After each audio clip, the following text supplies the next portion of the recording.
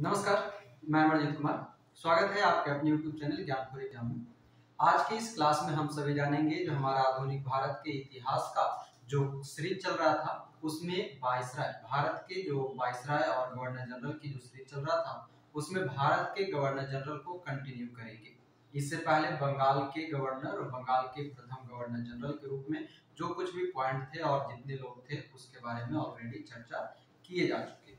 आज का क्लास आपके लिए इम्पोर्टेंट रहेगा जो कि भारत के गवर्नर जनरल का दूसरा क्लास होगा। पहला क्लास ऑलरेडी अपलोड कर दिया गया है, आपने अगर नहीं देखा है तो उसे देख लेंगे और जितने भी पॉइंट यहाँ पर लिखवाते हैं उसका आप सेल्फ नोट्स भी तैयार करते रहेंगे। तो आइए देखते हैं आज के क्लास में क्या कुछ खास है। वीडियो में लास्ट तक बने रहेंगे और वीडियो पसंद आने पर लाइक शेयर कमेंट भी जरूर करेंगे। तो आइए देखते हैं। हेलो, गुड मॉर्निंग सबको। Good morning. चलिए सब आ गए क्योंकि छोटल मॉडल भी है। बोर्ड सबको दिख रहा है पूरा?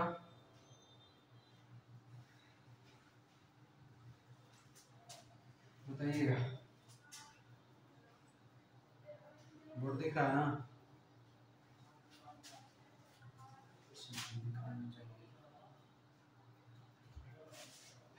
आखिरी क्लास कहाँ तक हुआ था?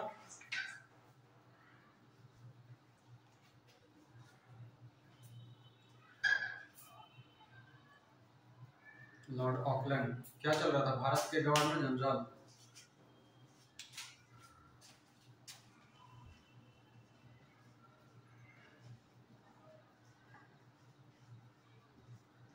पहला गवर्नर जनरल कौन? Lord William Bentinck. सती प्रथा का अंत कब किया गया? 1829। ठीक है, यानी कि विलियम बेंटिक हम लोग पढ़े थे, उसके साथ हम लोग पढ़ लिए होंगे चार्ल्स मेडकॉफ को पढ़ लिए होंगे, उसके बाद ऑकलैंड को पढ़ लिए होंगे, है ना? यहाँ तक हो गया था हमारा। एलन बरो हो गया था। बोलिए।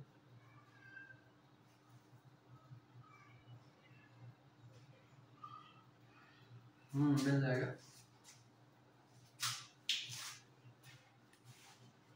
हाँ ठीक। चलिए देखिएगा, पहले इसका एक बार बोलिएगा। भारत के गवर्नर जनरल शुरुआत से पहला गवर्नर जनरल कौन? जल्दी जल्दी बोलिएगा सर। विलियम बेंटिक का काल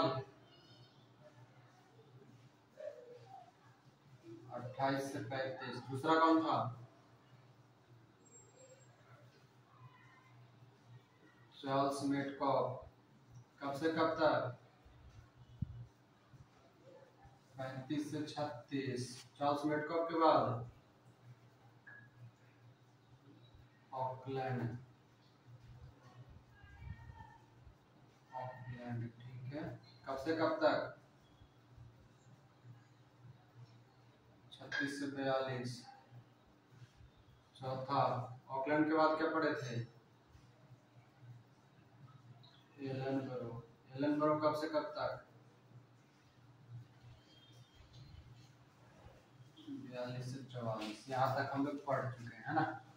यानी कि भारत के गवर्नर जनरल का जो पहला क्लास था उसमें हम लोगों ने विलियम बेंटिक को जाना, चार्ल्स मेडकॉफ को जाना, लॉर्ड ऑकलैंड को जाना और लॉर्ड एलन बरो को जाना। अब इसके आगे के जो भी है उसको जानेंगे। तो अगला हेडिंग डाल लेंगे लॉर्ड एलन बरो के बाद 42 से 44, यानी कि आ जाएगा आपका 44 के बाद हार्डिंग, लॉर्ड हार्डिंग हेडिंग डाल लेंगे। एलन बरो तक हो गया था। दास प्रथा का अंत कौन किया था?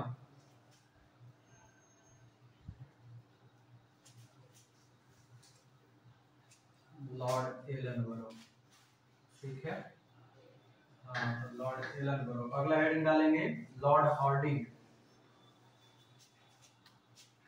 हेडिंग डालेंगे और लिखते चलेंगे साथ में। यानी कि ये कितने नंबर का गवर्नर जनरल है भारत का? 5वां लॉर्ड हार्डिंग। और ये हार्डिंग इसको आप प्रथम कह सकते हैं, लॉर्ड हार्डिंग प्रथम। ठीक है, 1844 से 48 ईस्वी। एक और लॉर्ड हार्डिंग आएगा 1911 के आसपास में, ठीक है, तो इसको आप लॉर्ड हार्डिंग प्रथम कह सकते हैं। चलिए बढ़े आगे, शुरू किया जाए। सर लोग तैयार हो गए? कॉपी किताब काम ध्यान से खोल के, कुछ बाकी भी है? कुछ नहीं बाकी है। चलिए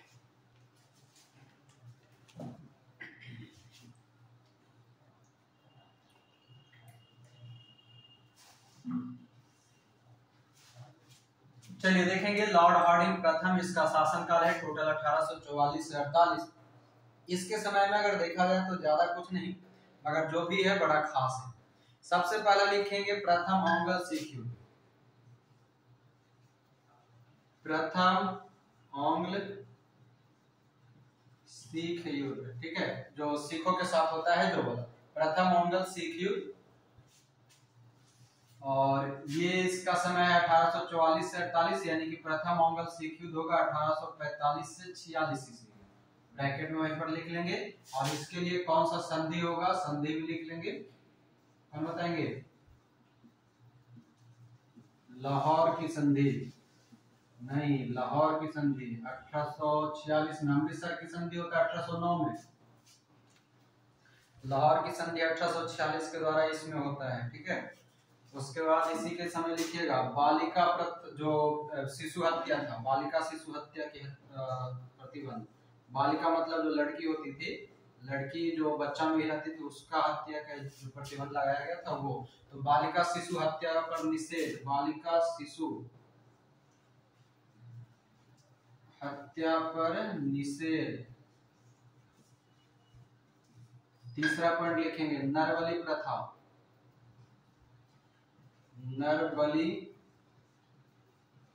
प्रथा पर प्रतिबंध। आवाज वगैरह सबको क्लियर है ना?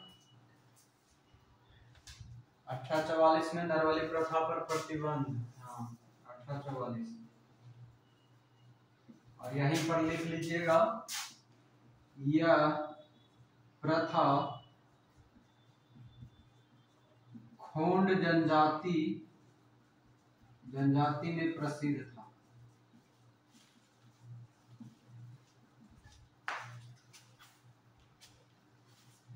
यह प्रथा खोंड जनजाति में प्रसिद्ध था। अगला लिखेंगे, 3 हो गया, चौथा लिखेंगे नौकरियों में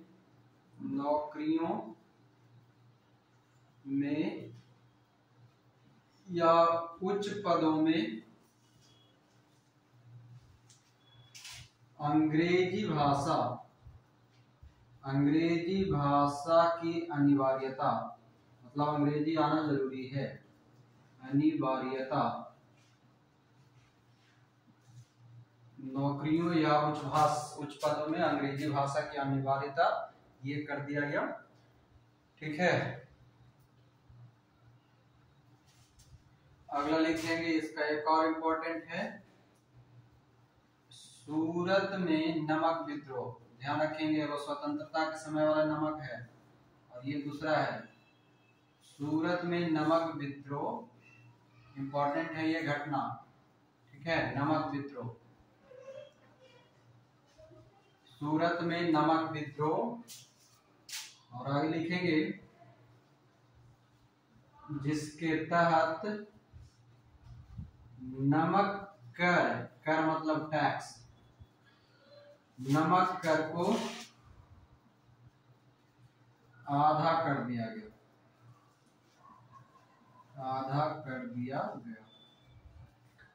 नमक कर को आधा कर दिया गया। हो गया?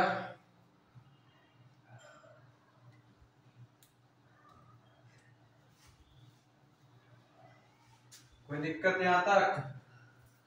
घूम बैताल सब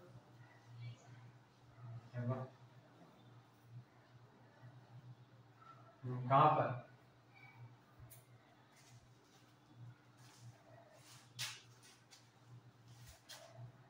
यह प्रथा खोंड जनजाति में प्रसिद्ध था।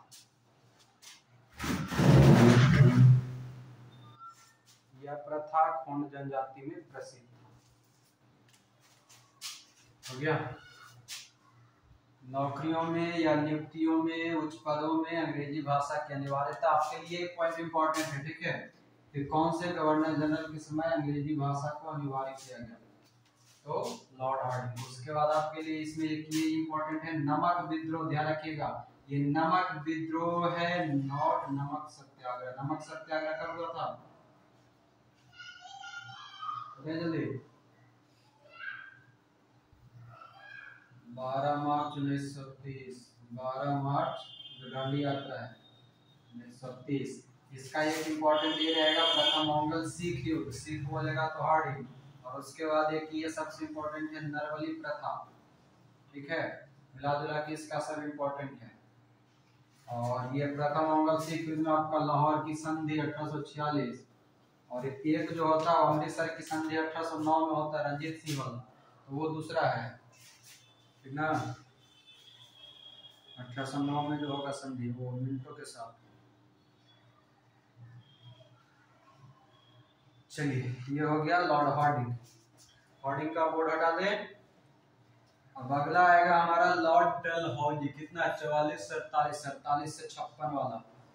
मिटाते हैं इसको, क्या तो लंबा चौड़ा है, एक साथ लिखना पड़ेगा सब। मिटा दें। चलिए,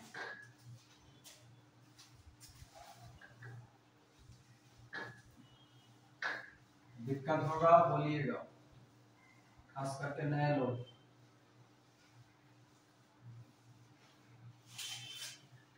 चलिए, अगला हेड निकालेंगे, डलहौजी। सबसे बेकार आदमी। कितना नंबर का, 6ठा नंबर का, लॉर्ड डलहौजी।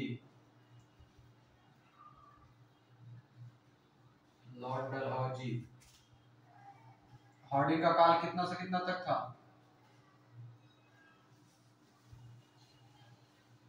तो इसका कितना रहेगा लॉर्ड डलहौजी के, 48 से 56। 48 से पता ना कौन बोले जी, 48 से पता नहीं कौन बोले।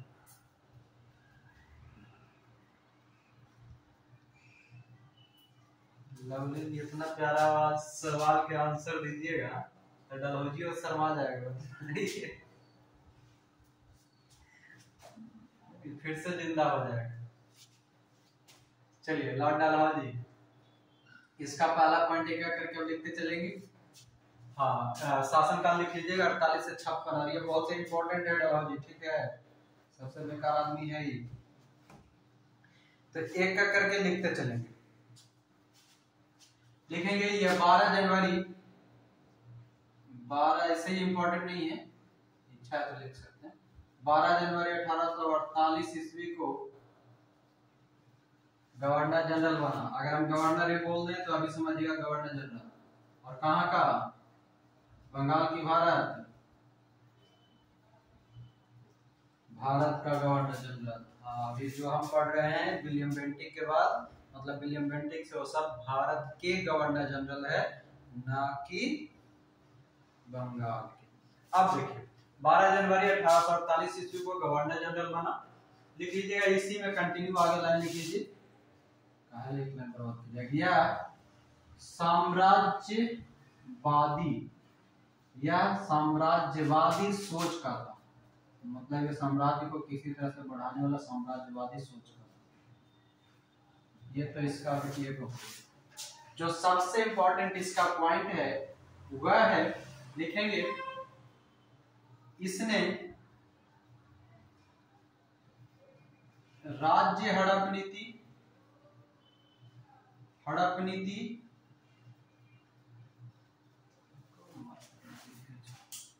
इसने राज्य हड़प नीति, देखिएगा इसको फिर से हम देखते हैं, आप लोग नहीं मिटाइएगा। इसने राज्य हड़प नीति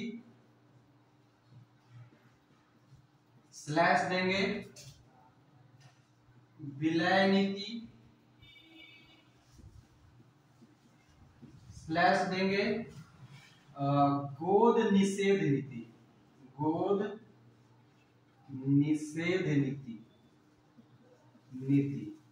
इसी को आप इंग्लिश में कहेंगे राज हड़प नीति को एक कहा जाता है डॉक्ट्रिन ऑफ लैप्स। ठीक है, डॉक्ट्रिन ऑफ लैप्स। तो कभी कभी यही आपको हिंदी में लिखा हुआ रहेगा डॉक्ट्रिन ऑफ लैप्स या विलय नीति या गोद निषेध नीति, ये सारा का नाम एक ही है। ठीक है, राज हड़प नीति बोले या विलय नीति बोले या गोद निषेध नीति। गोद निषेध का मतलब है कि कोई भी शासक जिसका अपना पुत्र नहीं है वो किसी अन्य बच्चा को गोद नहीं ले सकता है, उसको कहा गया गोद निषेध नीति। तो ये तीनों के तीनों एक ही और तीनों को लागू करने वाला एक ही व्यक्ति है, वह है लॉर्ड डलहौजी। तो इसने राज हड़प नीति, विलय नीति, गोद निषेध नीति की शुरुआत की। एक साथ 3 प्रश्न हैं, तीनों याद रखेंगे। और अभी इसको हम मिटा दे रहे हैं डॉक्ट्रिन ऑफ लैप्स को। कहीं पर आप लिख लीजिएगा डॉक्ट्रिन ऑफ लैप्स भी एक ही होता है। आगे तीसरा पॉइंट, इसने राज हड़प नीति, विलय नीति, गोद निषेध नीति की शुरुआत की। अब सबसे इंपॉर्टेंट इसका जो है विलय नीति से प्रभावित होने वाला सब राज्य है ना, कौन कौन सा राज्य को कैसे शुरुआत किया था। तो पहले तीसरा पॉइंट लिखने से पहले ऐसा करेंगे, नहीं पहले लिखिए तीसरा पॉइंट लिखिए, विलय नीति एक जगह लिखवाएंगे, सारा राज्य एक साथ लिखवाएंगे, उसमें देखेंगे कोई ट्रिक बनेगा। तो ये इतना हो गया पहला आपका गवर्नर बना, गवर्नर जनरल, राज हड़प नीति, विलय नीति, गोद निषेध नीति की शुरुआत की। अगला लिखेंगे द्वितीय ओंगल, तीसरा पॉइंट द्वितीय ओंगल बर्मा युद्ध। ठीक है, बर्मा किसको कहेंगे, म्यांमार को। द्वितीय ओंगल बर्मा युद्ध कब करेगा, 1855 के आसपास, 1854-55 में। ठीक है, द्वितीय ओंगल बर्मा युद्ध लड़ा गया। द्वितीय ओंगल, एक मिनट क्या है, द्वितीय ओंगल बर्मा युद्ध 48-50 में। इसको सुधार करेंगे, पीछे से द्वितीय ओंगल बर्मा युद्ध 1849-50 में। ठीक है, कहीं कहीं पर 48 मिल जाएगा, 49-50 में। द्वितीय ओंगल बर्मा युद्ध 1849-50 में हुआ।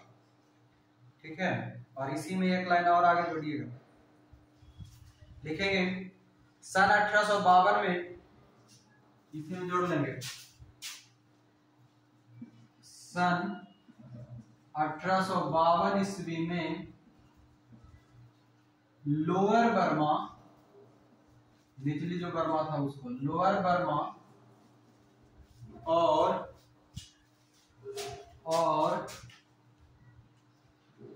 पीगू जगह है, पीगू को अंग्रेजी राज्य में विलय कर दिया। लिखेंगे द्वितीय ओंगल बर्मा युद्ध 1849-50 में लड़ा गया। सन 1852 ईस्वी में लोअर बर्मा एवं पीगू को अंग्रेजी राज्य में मिला लिया गया। यहां तक हो गया।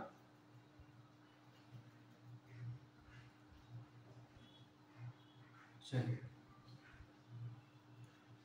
आगे लिखेंगे,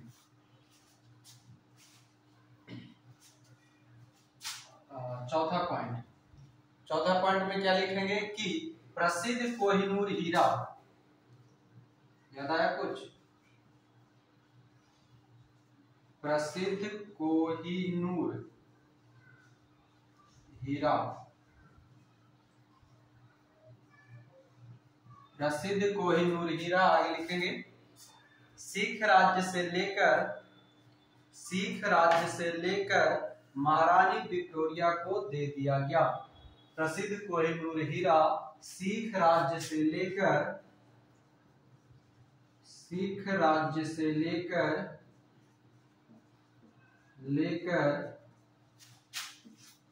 महारानी विक्टोरिया को दे दिया गया। बहुत शासन किए हम लोग, है ना। अब लगता है समय बदलेगा, हम लोग शासन करेंगे उसके ऊपर। इंग्लैंड में भी राष्ट्र प्रधानमंत्री बदले वाला है ना, राष्ट्रपति। प्रसिद्ध कोहिनूर हीरा सिख राज से लेकर महारानी विक्टोरिया को दे दिया गया। हो गया। अगला लिखेंगे, लोअर बर्मा हो गया, पीगू हो गया। अगला लिखेंगे चौथा पांचवा, दो डॉक्टरों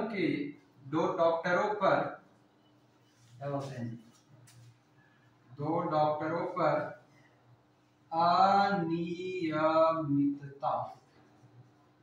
अनियमितता के आधार पर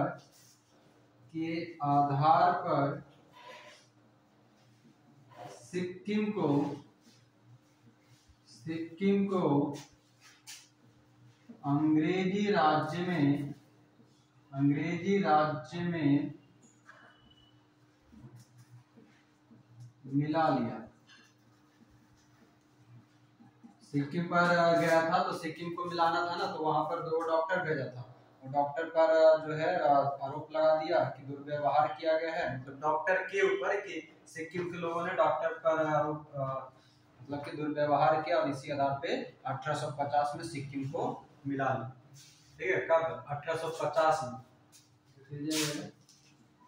1850 ईस्वी में सिक्किम जो है अंग्रेजी राज्य में मिल गया। यहाँ तक हो गया। आगे लिखेंगे छठा नंबर। बहुत सारे लोग के मन में अभी तक आ रहा है कि सर अभी तक रेल तार का ही लिखवा है। किनकर मन में है? रेल तार यही शुरू किया था ना, लिखवाएंगे आखिरी में, वो तो सबको याद है इसलिए वो नहीं लिख पा रहा। लिखिएगा 1852 ईस्वी में भूमि कर रहित जागीरों का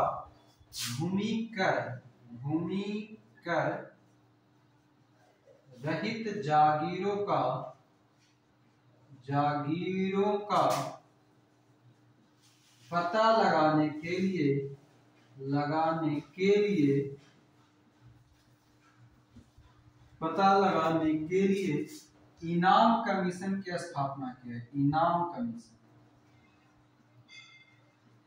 कमीशन की स्थापना की। पता नहीं मेरा हाथ का ही नहीं चल रहा, समझ नहीं आ रहा। लिख रहे हैं, लग रहा है कितना प्रेशर से लिख रहे हैं।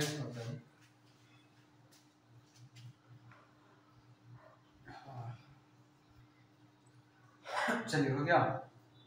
1852 में भूमि कर रहित जागीरों का पता लगाने के लिए इनाम कमीशन की स्थापना की। यहाँ तक हो गया। नीचे और दिख रहा है, दिखेगा तो बोलिएगा। इतना दिख रहा है,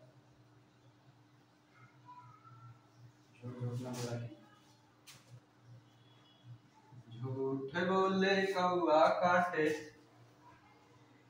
काले कौए से डरियो।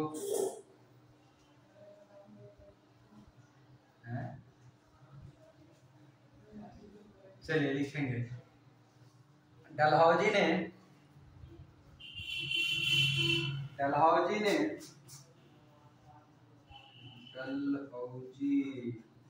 आलू पूरी खिलाएंगे भौजी। हाँ लिखेंगे, डलहौजी ने कब करेगा? 1856 में डलहौजी ने 1856 में कलकत्ता के स्थान पर मेरठ में सेना का, डलहौजी ने 1856 में कलकत्ता के स्थान पर मेरठ में सेना का संगठन बनाया।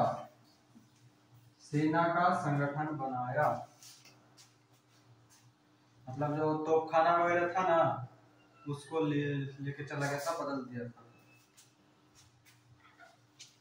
डलहौजी ने 1856 में कलकत्ता के स्थान पर मेरठ में सेना का संगठन, और इसमें एक लाइन और लिख लीजिए, एवं अलग लिखने से अच्छा इसी में है, एवं तोपखाना का मुख्यालय बनाया। और एक और लिखेंगे, अगला पॉइंट करके लिखेंगे, 6 और 7 हो गया, 8वां लिखेंगे, 5 3 आते ना, हाँ लिखेंगे। शिमला को डलहौजी ने शिमला कहाँ पड़ता है? डलहौजी ने शिमला को सैनिक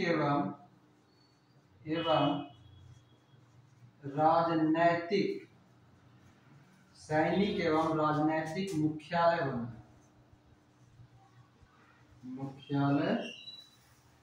बनाया।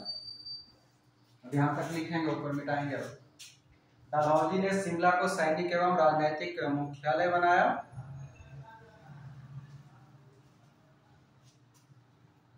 एक और यहाँ पर लिख देते हैं, उसके बाद मिटाएंगे। 9वां नंबर लिखेंगे, डलहौजी ने गोरखा रेजिमेंट होता है, गोरखा लोगों का एक अलग रेजिमेंट बनाया।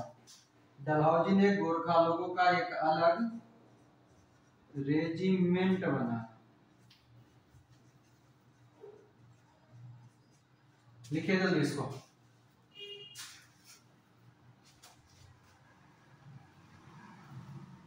चलिए, हो गया। 12 जनवरी 1848 ईस्वी को गवर्नर जनरल बनेगा। साम्राज्यवादी सोच का ये व्यक्ति था। राज्य हड़प नीति, विलय नीति, गोद निषेध नीति को शुरुआत करेगा।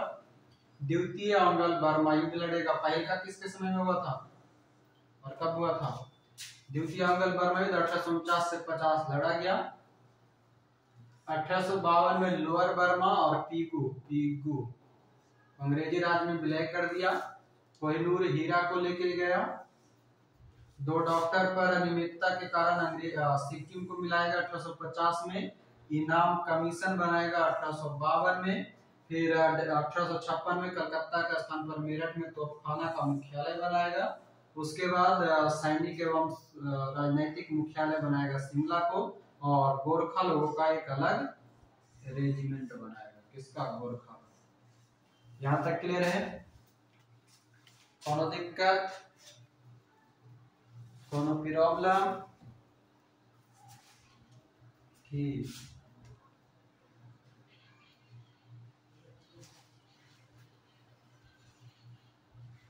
कौन सा?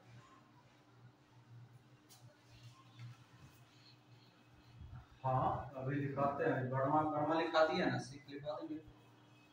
अभी तो बोले ना, बहुत है कुछ बाकी।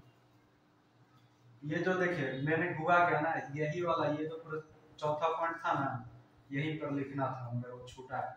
ऐसा कीजिए, चौथा पॉइंट में जगह है, अगर जगह है तो वहीं पर डाल दीजिए, एक जगह हो जाएगा। याद दिला देनी तो अभी हम लिखवाते आगे। चौथा पॉइंट में देखिएगा जो लिखे हैं, प्रसिद्ध कोहिनूर हीरा सिख राज्य से लेकर महारानी विक्टोरिया को दे दिया गया। इससे पहले युद्ध लड़ा जाता है, ठीक है, 1849 के आसपास में, 48-49 में द्वितीय अंगल सिख युद्ध। तो यहीं पर लिख लीजिएगा, प्रसिद्ध कोहिनूर हीरा सिख राज्य से लेकर महारानी विक्टोरिया को दे दिया गया।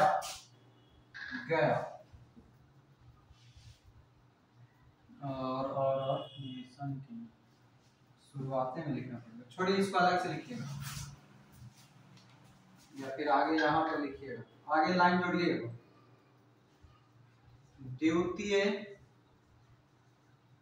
आंग्ल सिख युद्ध, बस इतना लिख करके समझ लीजिए।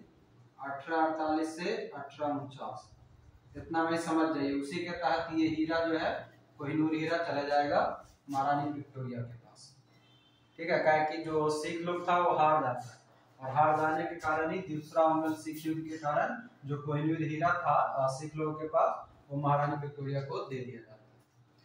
पॉइंट लिख पाए ये सभी लोग कि नहीं? चौथा नंबर पॉइंट जो लिखवाए उसमें सुधार कर लेंगे, उसी में एक लाइन आगे जोड़ लीजिए। और अगर नहीं वहां पर लिखे तो फिर 9 नंबर पॉइंट हो ही गया है, 10वां नंबर पॉइंट लिख लेंगे। दूसरा आंग्ल सिख युद्ध, आंग्ल सिख युद्ध 1848 से 1849, जिसमें सिखों का पराजय होगा। क्या होगा? सिखों का पराजय होगा। 10वां नंबर पॉइंट लिख रहे हैं। और चौथा में लिख सके हैं तो लिख लीजिए, नहीं तो 10वां नंबर पॉइंट। और अब इसको निकालते हैं।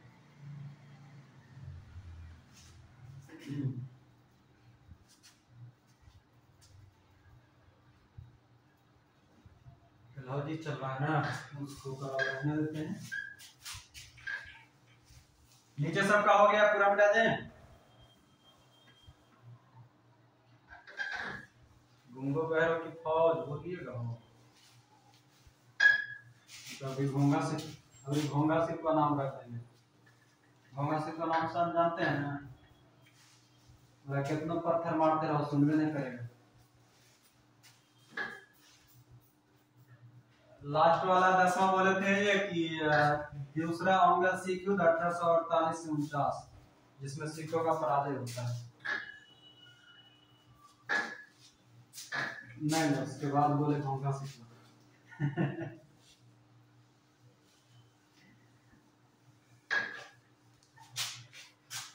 अगर तुम अपने हक के लिए लड़ नहीं सकते तो जीना छोड़ दो।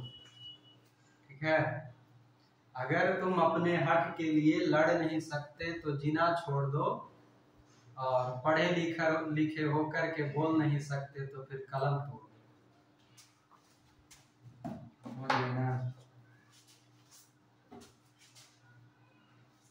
हाँ? नहीं, कलम तोड़ ताड़ के फेंक दीजिए। जब बोल ही नहीं रहे तो फिर तोड़ ताड़ के फेंक दीजिए। हाँ? कलम छोड़ दो। जो इच्छा वो कर लो, मगर करो। बताइए कितना डेली लगता है? जैसे वो जानते हैं बचपन में कभी आप लोग हल जोते हैं, हम जोते हैं, ठीक ना? तो पापा के साथ जाते थे खेत में, तो पापा को बड़का वो डंडा रखते थे बैलों को मारने के लिए। आपने ट्रैक्टर वगैरह है, हम बचपन में 2 बार खेत जोते हैं तो मारते थे बैलों के पीछे से इतना जोर जोर से ना, तब जा करके बैलों भागता था, दौड़ता था। तो इसी आप लोग बार बार बैल जैसे पीछे से किसान भागते रहे, आप लोग ठेठ बैल दुनिया सुनते रहते। बहिरा बैल बोला जाता था। बैल जो रहता था ना, दू रहता था, दोनों में ना ये वो बड़ा फुर्तीला रहता था, और ये वो ऐसने रहता था जो कि एकदम बैले रहता था, उसका नाम ही बैले हो जाता था। और इसलिए हम वही जमाना के हमें खेत जोते बैल से, तो आपको नहीं पता है? बैल से खेत जोते हैं, उसके बाद चपड़ा कुदाली से अभी भी आरी बनाते हैं। ठीक है? अभी ना बीच में जो गए थे तो मूरी उरी बुन करके आए थे, तो पूरा कुदाली वाले देखे भी कि उनका कागज स्टेटस डाले थे कुछ, है ना? हम वही जमाना के आदमी, आज से 2-4 हजार साल पहले वाला। सिंधु सभ्यता आज से हम ही ना आए हैं, नहीं पता है आप लोगों को? चलिए, लॉर्ड डलहौजी कितना नंबर पॉइंट होगा? 10 हो गया था कि 9 होगा था? जो भी है उसके आगे लिखिए।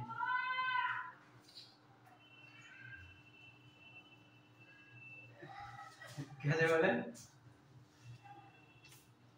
किसान को चैन नहीं है, किसाने का तो चैन है। किसान के कहियो ना चैन मिलता। आज धान रोपेगा, अभी एक बरसात नहीं हो रहा, कहाँ से धान रोपाएगा? मेरे को खेत नहीं रोपाया, धान नहीं होगा तो फिर खाएंगे कुछ नहीं। चलिए, जितना मेहनत जो करता है उसी को उतना कम मिलता है। ठीक है? हाँ, तो अगला लिखेंगे, किसका बात कर रहे थे? डलहौजी का। डलहौजी में लिखेंगे शिक्षा क्षेत्र में सुधार अगला पॉइंट लिखेंगे जो भी नंबर का है वो। शिक्षा क्षेत्र में सुधार के लिए 1854 ईस्वी में वुड डिस्पैच, नाम सुने होंगे, वुड डिस्पैच लाया गया। शिक्षा क्षेत्र में सुधार के लिए 1854 ईस्वी में वुड डिस्पैच, जिसे हम वुड घोषणा भी कहते हैं, डिस्पैच शब्द इंग्लिश में है, हिंदी में इसी को घोषणा है, वुड घोषणा या वुड डिस्पैच लाया गया। ठीक है, और इसके अनुसार क्या किया गया था कि प्रत्येक प्रांत में एक शिक्षा विभाग की स्थापना की। ठीक ना, लिख लीजिएगा, शिक्षा क्षेत्र में सुधार के लिए 1854 ईस्वी में वुड डिस्पैच लाया गया, जिसके तहत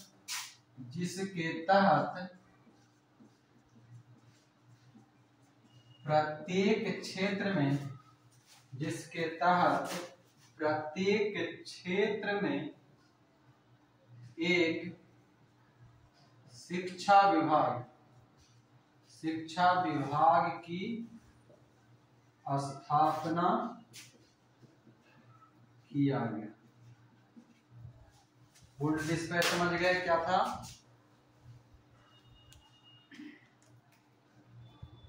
शिक्षा क्षेत्र में सुधार के लिए 1854 ईस्वी में वुड डिस्पैच लाया गया, जिसके तहत प्रत्येक क्षेत्र में एक शिक्षा विभाग की स्थापना की। ठीक है, अगला लिखें, अगला 11-12 नंबर, अंग्रेजी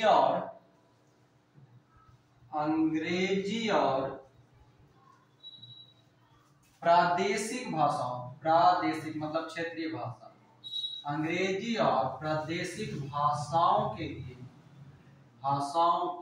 अंग्रेजी और प्रादेशिक भाषाओं के लिए अंग्रेजी और प्रादेशिक भाषाओं के लिए एंग्लो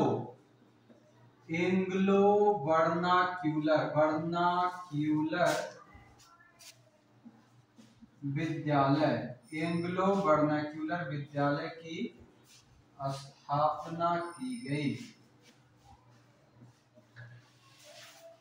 अंग्रेजी और प्रादेशिक भाषाओं के लिए एंग्लो वर्नाक्यूलर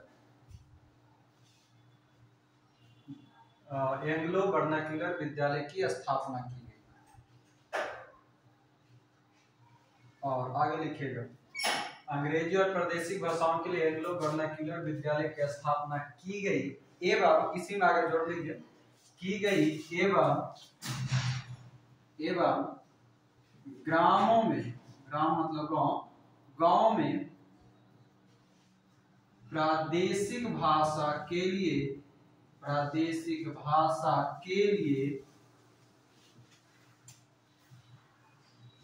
वर्नाक्यूलर, सिर्फ वर्नाक्यूलर, ठीक है, वर्नाक्यूलर स्कूल मतलब वही विद्यालय, वर्नाक्यूलर विद्यालय बनाया गया। गांव के लिए वर्नाक्यूलर स्कूल और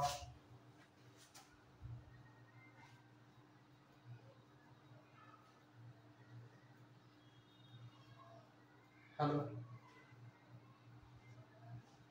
हाँ हेलो, करेगा बाद में क्लास में।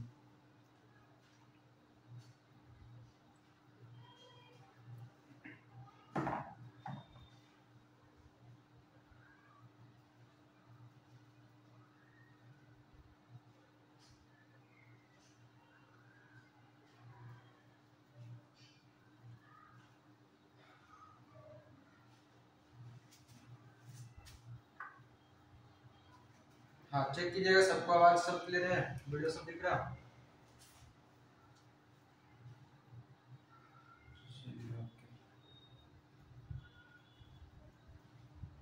ओके,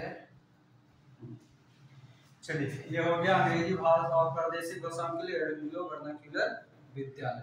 आगे लिखेंगे 11 हो गया, 12 हो गया, 13 नंबर लिखेंगे वुड डिस्पैच। अगला लाइन लिखेंगे वुड डिस्पैच या घोषणा, पैच या घोषणा, वही जो ऊपर में आया है 1854 में। वुड डिस्पैच या घोषणा में लंदन विश्वविद्यालय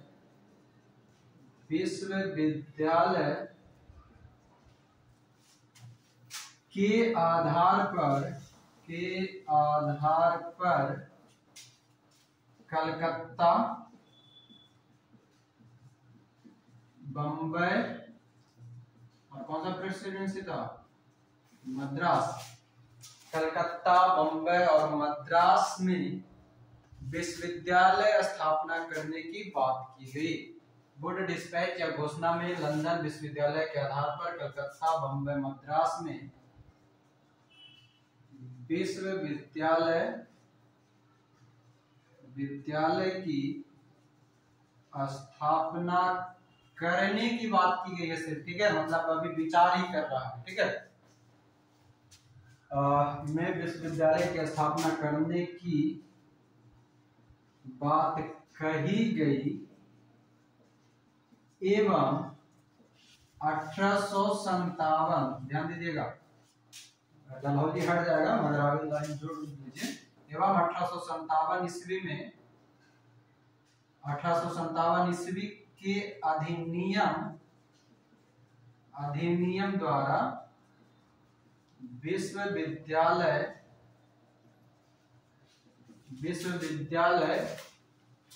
1857 ईस्वी के अधिनियम के अनुसार या 1857 ईस्वी के अधिनियम द्वारा विश्वविद्यालय की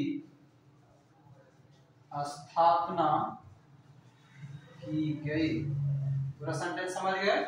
कहना ये चाह रहा है कि वुड डिस्पैच या वुड घोषणा में जो लंदन विश्वविद्यालय है उसी के तर्ज पर भारत के कलकत्ता, बम्बई और मद्रास में एकक विश्वविद्यालय की स्थापना की जाए, मगर वो डलहौजी के रहते हुए यानी कि उस समय नहीं किया गया। वुड डिस्पैच जो कि 1854 में आया था उसके तहत बात कही गई, मगर 1857 के अधिनियम के द्वारा 1857 अधिनियम, अब देखिएगा यहाँ से समय चेंज होने वाला है, ठीक ना।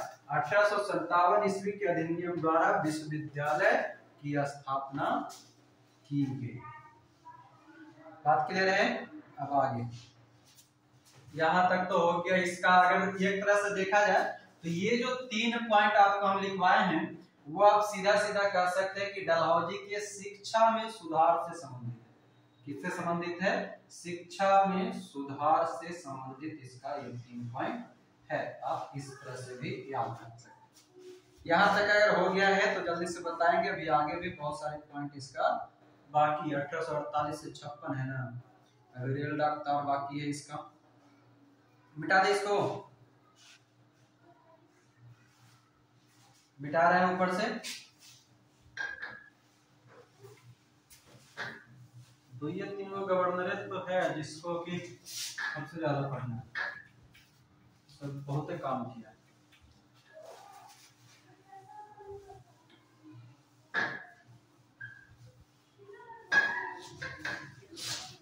वुड डिस्पैच कब आएगा?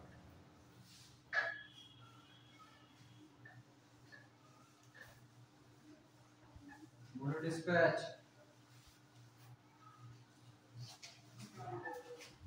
क्या कहता है? वुड डिस्पैच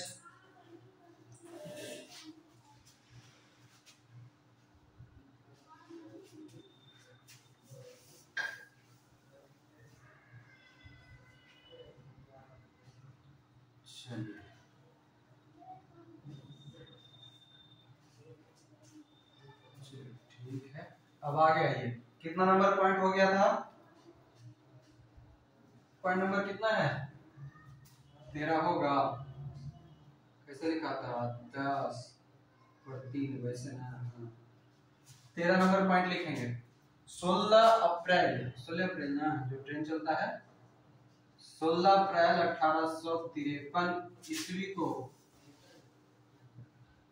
भारत में पहली बार बम्बई से थाने, या थाने जो बोलते हैं, बम्बई से थाने के बीच कितना 34 किलोमीटर है ना, 34 किलोमीटर की दूरी तक ट्रेन यानी कि रेल चलाया गया। ठीक है। 16 अप्रैल 1853 ईस्वी को भारत में प्रथम रेलगाड़ी जो बम्बई से थाने, जो कि 34 किलोमीटर है, 34 किलोमीटर तक जाना है। इस प्रकार डलहौजी को भारत में रेलवे का जनक कहते हैं। डलहौजी को भारत में क्या कहेंगे? रेलवे का जनक कहेंगे। चलिए दूसरा पॉइंट लिखेंगे, अगला हो जाएगा चौथा नंबर यानी कि 14 नंबर लिखेंगे। 1853 में प्रथम तार सेवा, टेलीफोन वाला, 1853 में प्रथम तार सेवा या लाइन आगरा से कलकत्ता तक शुरू की गई।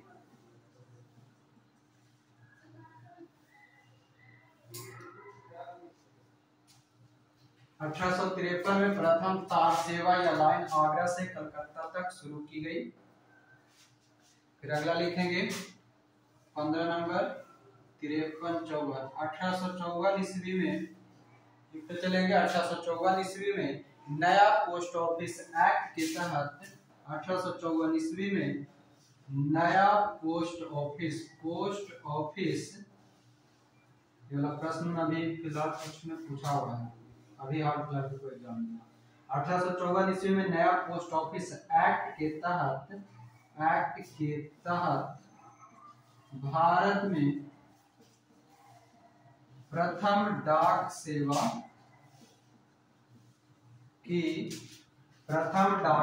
की शुरुआत की गई। मतलब प्रथम डाक सेवा एवं डाक टिकट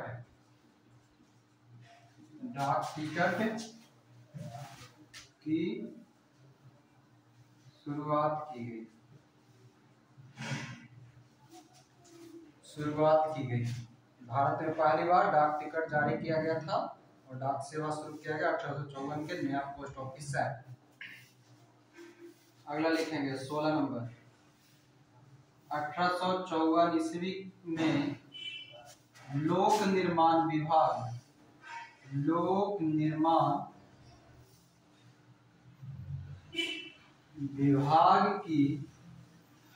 स्थापना की गई तथा कई नए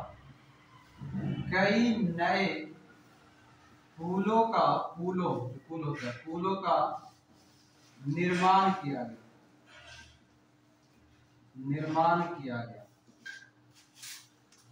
1854 ईस्वी में लोक निर्माण विभाग की स्थापना की गई तथा कई नए पुलों का निर्माण किया गया। अगला लिखेंगे 15, 16, 17 नंबर। 1854 ईस्वी में दिख रहा है ना नीचे, 1854 ईस्वी में गंगा नहर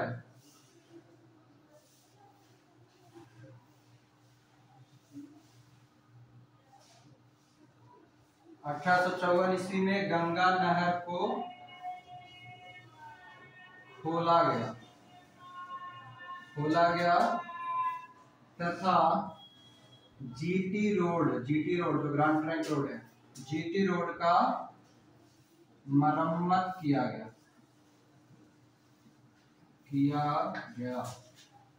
जीटी रोड का मरम्मत किया गया। आगे लिखेंगे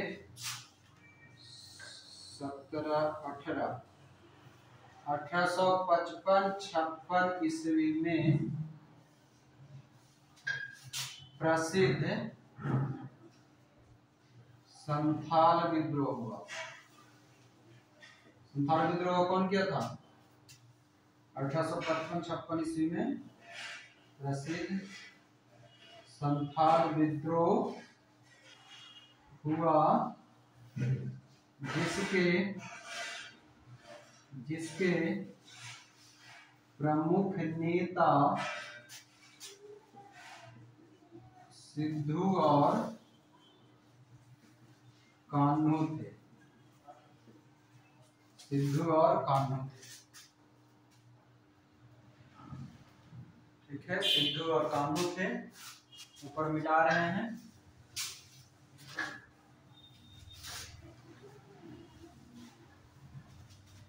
अगला लिखेंगे 1855-56 का संथाल विद्रोह हो गया।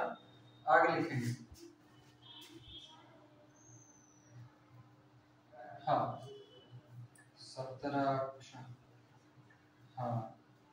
18 के बाद 19 किस लिखेगा? चलिए ठीक है। हाँ 19 में लिखेंगे 1853 ईस्वी के चार्टर एक्ट के तहत 1853 ईस्वी के चार्टर एक्ट के तहत सिविल सेवा प्रतियोगिता, जो आप यूपीएससी सब देते हैं, सिविल सेवा प्रतियोगिता की शुरुआत की गई। 1853 ईस्वी के चार्टर एक्ट के तहत सिविल सेवा प्रतियोगी परीक्षा की शुरुआत की व्यवस्था की गई और इसकी उम्र सीमा जो है 18 से 23 रखा गया। 1853 ईस्वी के चार्टर एक्ट के तहत सिविल सेवा प्रतियोगिता की शुरुआत की गई तथा इसकी उम्र सीमा 18 से 23 रखा गया। कोई बताएंगे पहला सिविल सेवा परीक्षा कौन दिए थे?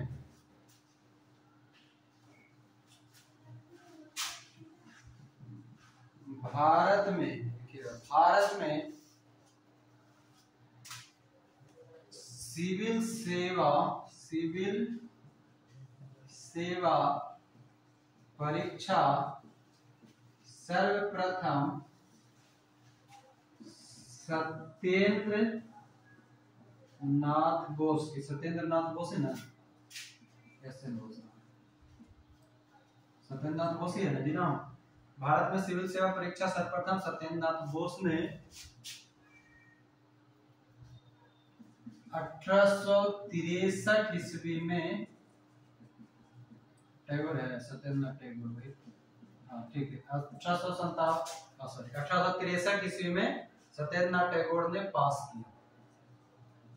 भारत में सिविल सेवा परीक्षा सर्वप्रथम सत्येंद्र नाथ टैगोर 1863 ईस्वी में पास की। टैगोर ने 1863 ईस्वी में पास की।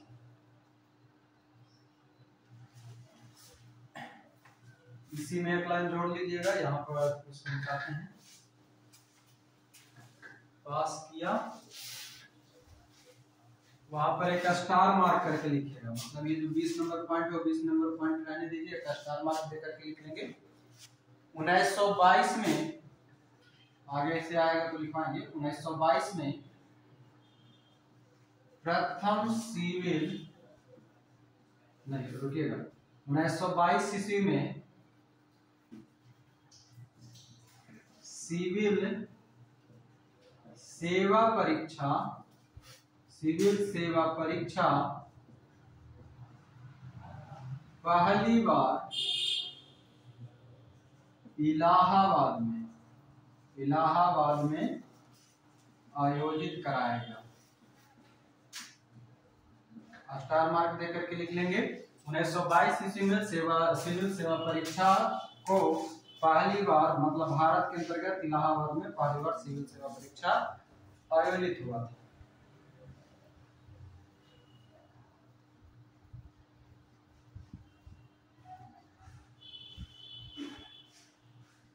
चलिए तो ये हो गया समाप्त। अरे हाँ, मेन चीज तो इसका बाकी है, व्यवगत सिद्धांत वाला नहीं लिखा है ना पूरा, जल्दी से इसको लिखिए। तो इसका बाकी है, मिटा दे ऊपर वाला, पूरा मिटा दे हैं।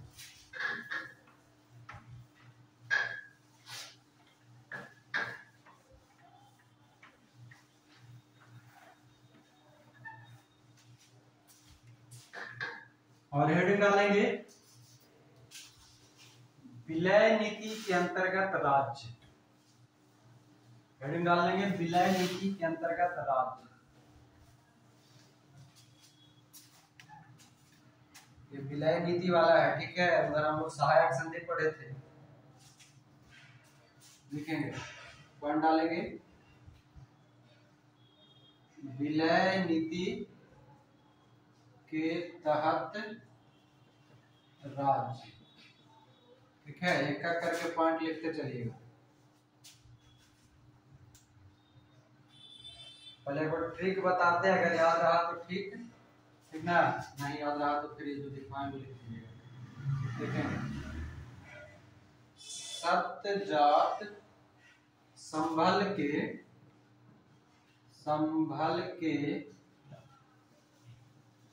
बाबा घाट, सत्यजात संभल के बाबा घाट ऊपर झाके नाग करौली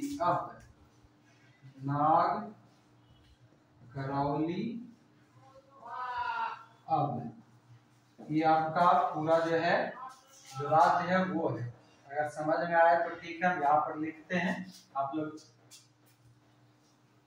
सत्यजात, हाँ सत्यजात संभल के बाबा घाट, ये बाबा घाट एक साथ है। सत्यजात संभल के बाबा घाट ऊपर झाके नाग करौली अब, ऊपर झाके नाग करौली अब, तो हम दोहा बना दिए ना। हाँ, अब एक का करके हम सबका नाम लिखते हैं, ठीक है। जात संभल बाबा घाट बघाट ऊपर में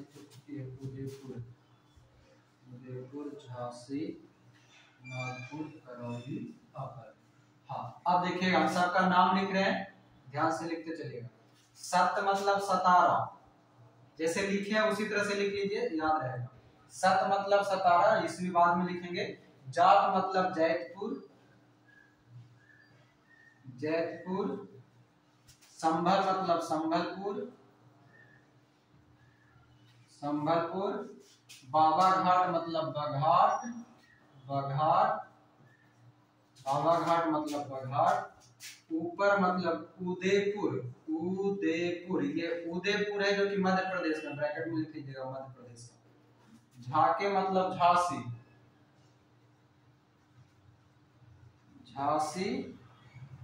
नाग मतलब नागपुर, करौली मतलब करौली, और अब मतलब अवध।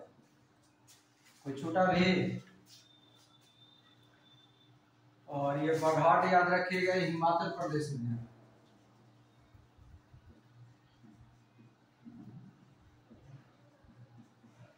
और तो सब कुछ जान ही रहोगे, सतारा महाराष्ट्र में, ठीक है। जयपुर संबलपुर ये शब्द मिलेगा आपको उड़ीसा में, जयपुर संबलपुर ये दोनों उड़ीसा, एक मिनट, जयपुर संबलपुर उड़ीसा में मिलेगा दोनों, ठीक है। बघाट हिमाचल प्रदेश, उदयपुर एमपी, झांसी आप जानते हैं यूपी में, नागपुर आप जानते हैं महाराष्ट्र में, और करौली कहाँ रहेगा? करौली किसी को पता है?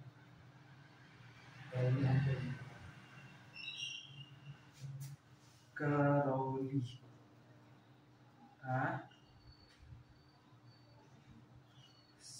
सत उदयपुर उदयपुर उदयपुर उदयपुर नहीं उदयपुर। करौली कहाँ पड़ता है जी, याद है? पाकिस्तान में, राजस्थान। ठीक है, लिख लीजिए उड़ीसा उड़ीसा। और अवध आपका यूपी है ये। ठीक है, नागपुर महाराष्ट्र, झांसी यूपी, सतारा महाराष्ट्र, जयपुर संबलपुर उड़ीसा। हाँ बोलिए। उड़ीसा उड़ीसा। अच्छा, जात का जैतपुर, संभल का संबलपुर। ठीक है, ट्रिक समझ में आ गया? बस सत जात संभल के बाबा घाट। इसको आप चाहें तो सत में कंफ्यूजन लगे तो लिख सकते हैं सब, याद रखने के लिए। ठीक है, आप अपना उच्चारण बदल सकते हैं। सब जात संभल के बाबा घाट, ऊपर झाके नाग करौली अब, ऊपर झाके नाग करौली अब। ठीक है, यहाँ से सत से हमारा सतारा, जात से जैतपुर, संभल से संबलपुर, बाबा घाट से बघाट, ऊपर से उदयपुर, झाके से झांसी, नाग से नागपुर, करौली से करौली, अब से अब। कनु खोजिएगा ट्रिक का नाम मिलेगा। ठीक है,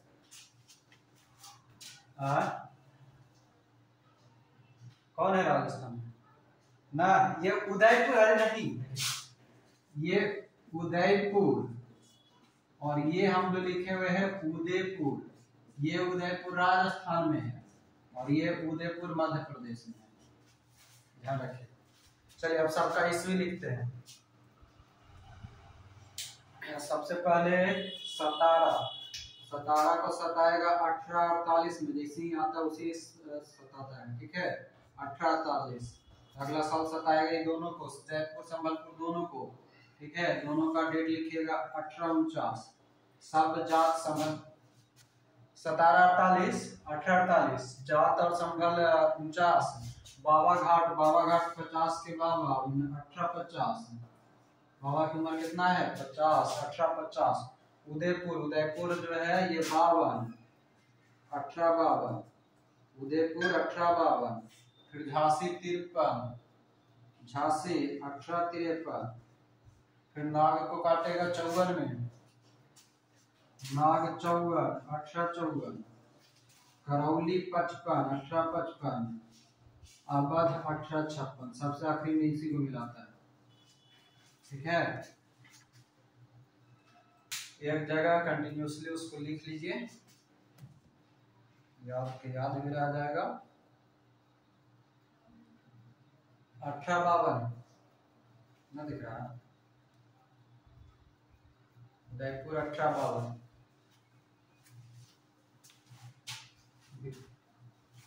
झांसी 1853, 48, 49, 50, 51 छोड़ दीजिए, फिर 52, 53, 54, 55, 56। के वो राज्य हो गए? 1 2 3 4 5 6 7 8 9। 9 गो क्षेत्र है ना? 9 गो क्षेत्र में 2 गो जो है एक साथ है, जयपुर संबलपुर 49, बघाट 50, उदयपुर 52, झांसी 53, नागपुर 54, करौली 55, अवध 56। ठीक है, कोनो दिक्कत नहीं है? नहीं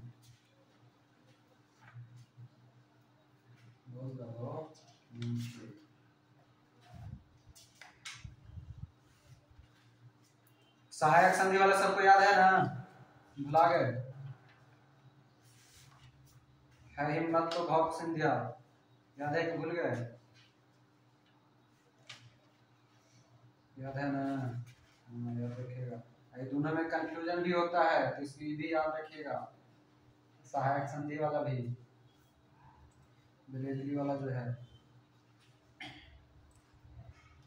ठीक है, हैदराबाद, मैसूर, तंजौर, अवध, पेशवा, भोसले, सिंधिया, हिम्मत तो भौक सिंधिया।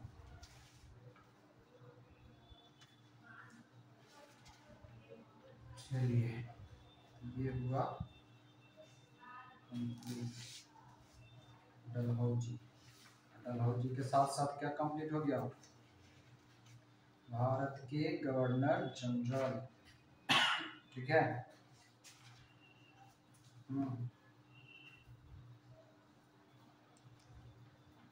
कौन सा?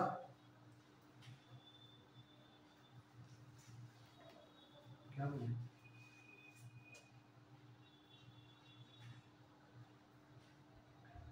आर्थन रिपोर्ट।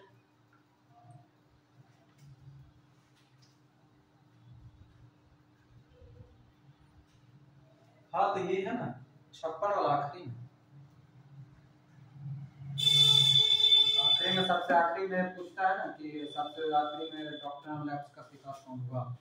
सबसे पहले आपका 17 और आखिरी में, उसके बाद तो अपने हट जाता है। उसके बाद 57 का विद्रोह हो जाएगा। यानी कि कल जो हम लोग पढ़ेंगे वो पढ़ेंगे अब 1857 से आगे के, यानी कि वाइसराय शुरू हो जाएगा हमारा। ठीक है, कल की क्लास में वाइसराय पढ़ेंगे।